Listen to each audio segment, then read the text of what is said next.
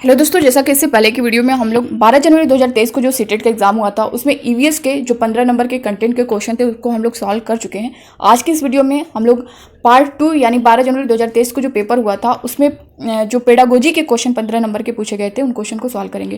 तो आप लोग बने रहिएगा वीडियो के लास्ट तक बिना स्किप के। और दोस्तों नए हो चैनल पर सब्सक्राइब कर लीजिएगा, बेल आइकन को प्रेस कर लीजिएगा ताकि सीटेट से रिलेटेड हर अपडेट हर क्लास आपको टाइम पर मिले। और दोस्तों प्लीज़ वीडियो को ज़्यादा से ज़्यादा शेयर करिएगा। स्टार्ट करते हैं आज का पहला क्वेश्चन। आप लोग स्क्रीन पर देख पा रहे होंगे, पर्यावरण अध्ययन शिक्षण के लिए विद्यार्थियों को क्षेत्र भ्रमण पर ले जाने के दौरान निम्नलिखित में से क्या सर्वाधिक महत्वपूर्ण है। इसमें से सबसे क्या जो है सर्वाधिक महत्वपूर्ण ये आपको बताना है। दोस्तों देखिए, ऑप्शन आपको सब जो है लगेगा कि ये सही है ये सही है, मगर इसमें क्वेश्चन में ही दिया गया है सर्वाधिक महत्वपूर्ण, जो सबसे बेस्ट आंसर होगा वही आपको करना है। ऑप्शन ए में दिया गया है क्षेत्र भ्रमण के लक्ष्यों का निर्धारण, बी है यात्रा के माध्यम का चयन, सी है चर्चा के अवसर सृजित करना, डी है चिंतनशील जर्नल लिखना व रखना। क्षेत्र भ्रमण के लक्ष्यों का निर्धारण ये नहीं होगा, यात्रा के माध्यम का चयन ये भी नहीं होगा, चर्चा के अवसर सृजित करना। ऑप्शन सी दोस्तों, अवसर की बात की गई है तो ये पॉजिटिव वर्ड है, तो ऑप्शन सी इसका जो है करेक्ट आंसर हो जाएगा। नेक्स्ट क्वेश्चन देखेंगे। पर्यावरण अध्ययन में एक क्रियाकलाप आधारित उपागम को आयोजित करने के 4 चरणों के सही क्रम को इंगित कीजिए। ऑप्शन ए दिया गया है विषय की पुनरावृत्ति, प्रत्येक विद्यार्थी को समर्थन देना, एक भली प्रकार आयोजित योजना, एक सकारात्मक वातावरण का सृजन करना। बी दिया गया है प्रत्येक विद्यार्थी को समर्थन देना, विषय की पुनरावृत्ति, एक सकारात्मक वातावरण का सृजन करना, एक भली प्रकार आयोजित योजना। सी है एक सकारात्मक वातावरण का सृजन करना, एक भली प्रकार आयोजित योजना, प्रत्येक विद्यार्थी को समर्थन देना, विषय की पुनरावृत्ति। यहाँ पे डी ऑप्शन दिया गया है एक भली प्रकार आयोजित योजना, एक सकारात्मक वातावरण का सृजन करना, प्रत्येक विद्यार्थी को समर्थन देना, विषय की पुनरावृत्ति। तो इसको क्या करना है, पर्यावरण अध्ययन में क्रियाकलाप आधारित उपागम को आयोजित करने के 4 चरणों के सही क्रम को इंगित करना है। इसमें जो सही क्रम है वो करना है। तो इसका दोस्तों देखिए, पहले जो होता है वो सकारात्मक वातावरण का सृजन करना होता है, फिर जो है भली प्रकार आयोजित करना, फिर प्रत्येक विद्यार्थी को समर्थन देना, लास्ट में जो विषय की पुनरावृत्ति। तो इसमें आप विषय की पुनरावृत्ति पहले ही देख रहे हैं, ये होगा ही नहीं। बी दिया गया है प्रत्येक विद्यार्थी को समर्थन देना, सकारात्मक वातावरण का सृजन जो है ये फर्स्ट पे आता है, तो ये भी नहीं होगा। सी है एक सकारात्मक वातावरण का सृजन करना, एक भली प्रकार आयोजित योजना, प्रत्येक विद्यार्थी को समर्थन देना, सी है विषय की पुनरावृत्ति। तो दोस्तों ये सी वाला ऑप्शन जो है इसका करेक्ट आंसर होगा, यही क्रम जो है इसका सही है। अगला क्वेश्चन देखेंगे। वर्षा ऋतु में पार्क घूमने के दौरान बारिश शुरू हो गई और सभी विद्यार्थियों ने अपने छाते खोल दिए। रिया ने पूछा, यदि पौधे बारिश में गीले हो गए तो क्या उन्हें सर्दी नहीं लगेगी? उसके अध्यापक को क्या करना चाहिए? ए दिया गया है विद्यार्थियों से कहना चाहिए कि हमारी तरह पौधों को विषाणुओं से जुकाम लग सकता है। बी है विद्यार्थियों से कहना चाहिए कि पौधे विषाणुओं से प्रभावित नहीं होते हैं। सी है विद्यार्थियों से पूछना चाहिए कि वे पौधे को जुकाम लगने से कैसे बचा सकते हैं। डी है सभी विद्यार्थियों से पूछना चाहिए कि वे रिया के प्रश्न के बारे में क्या सोचते हैं। तो ए बी सी डी में से कौन सा जो है ऑप्शन कौन कौन सा करेक्ट हो सकता है ये आपको बताना है, ठीक है। तो इसमें ए में देख पा रहे होंगे विद्यार्थियों से कहना चाहिए कि हमारी तरफ पौधों को विषाणुओं से जुकाम लग सकता है, ये नहीं होगा।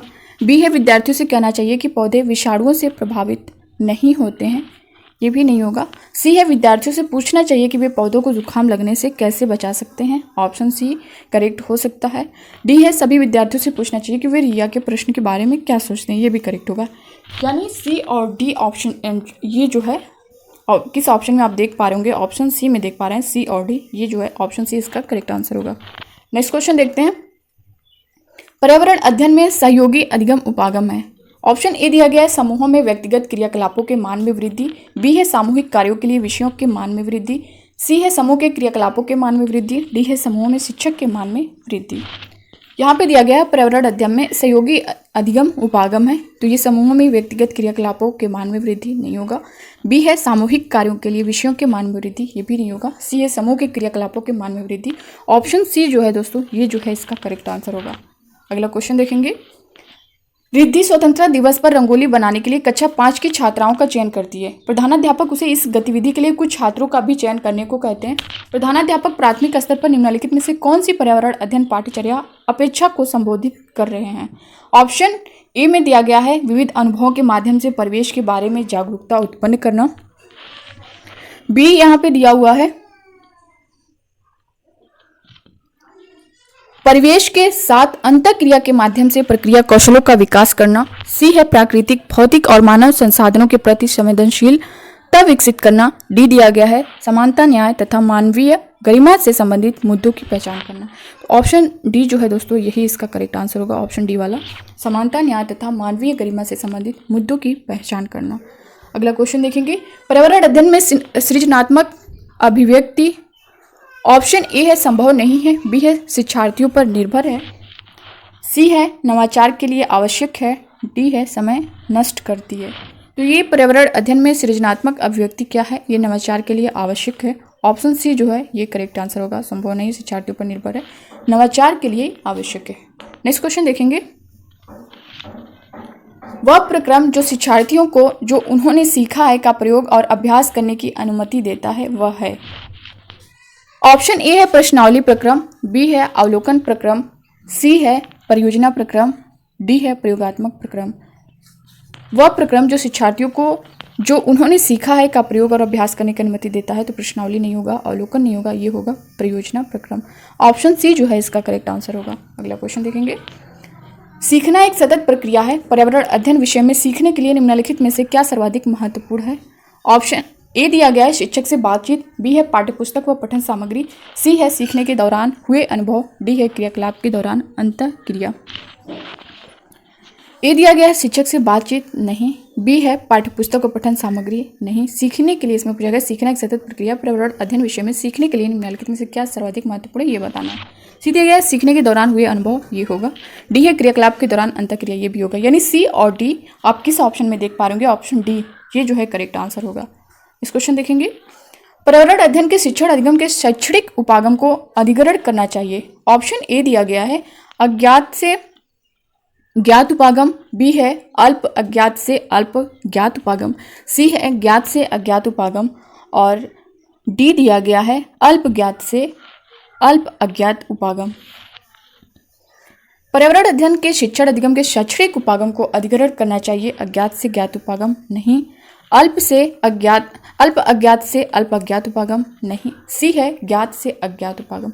ऑप्शन सी जो है इसका करेक्ट आंसर होगा। नेक्स्ट क्वेश्चन देखेंगे, पर्यावरण अध्ययन विषय में विद्यालय आधारित आकलन हेतु निम्नलिखित में से कौन से आकलन उपकरण सर्वाधिक उपयुक्त होंगे।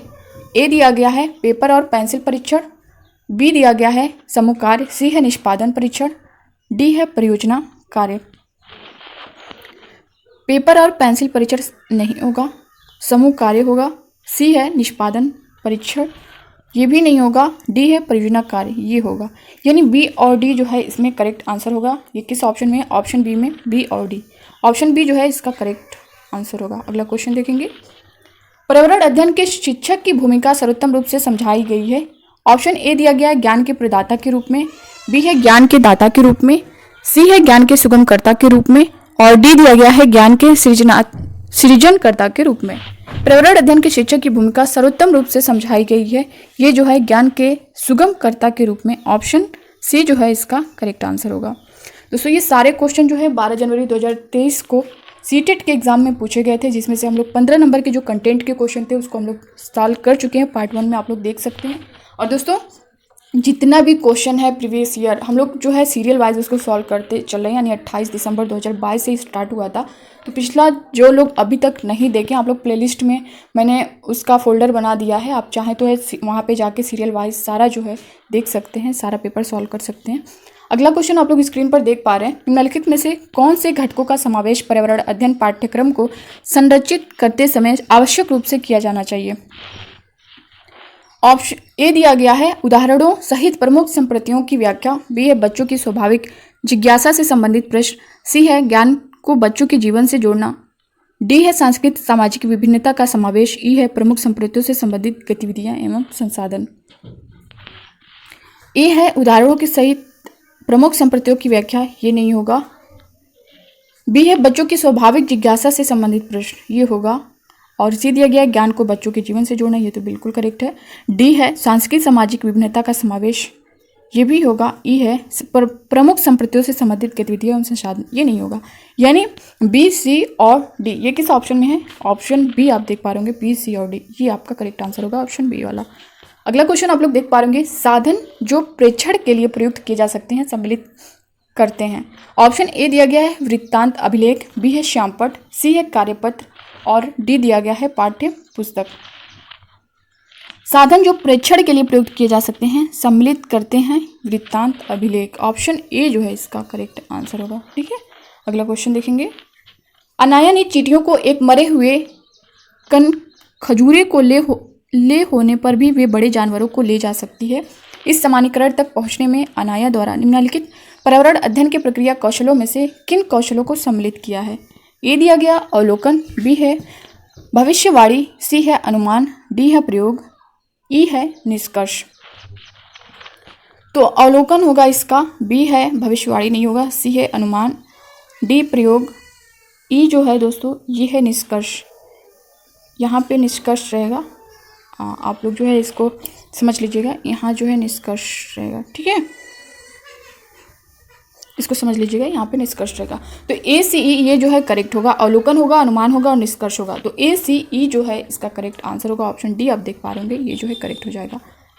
नेक्स्ट क्वेश्चन और आज का लास्ट क्वेश्चन आप लोग स्क्रीन पर देख पा रहे होंगे। निम्नलिखित में से कौन सी विद्यालय आधारित आकलन की प्रकृति की सर्वोत्तम व्याख्या है?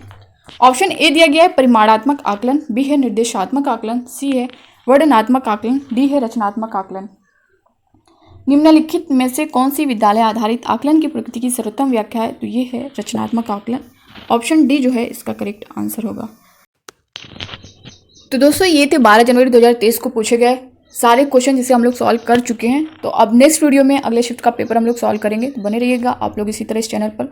बाकी दोस्तों आपके मन में जो भी डाउट होगा, जो भी कन्फ्यूजन होगा, आप लोग कमेंट बॉक्स में कमेंट करके ज़रूर बताइएगा। मिलते हैं नेक्स्ट वीडियो में, तब तक के लिए bye bye, take care, thank you, खुश रहिए, पढ़ते रहिए।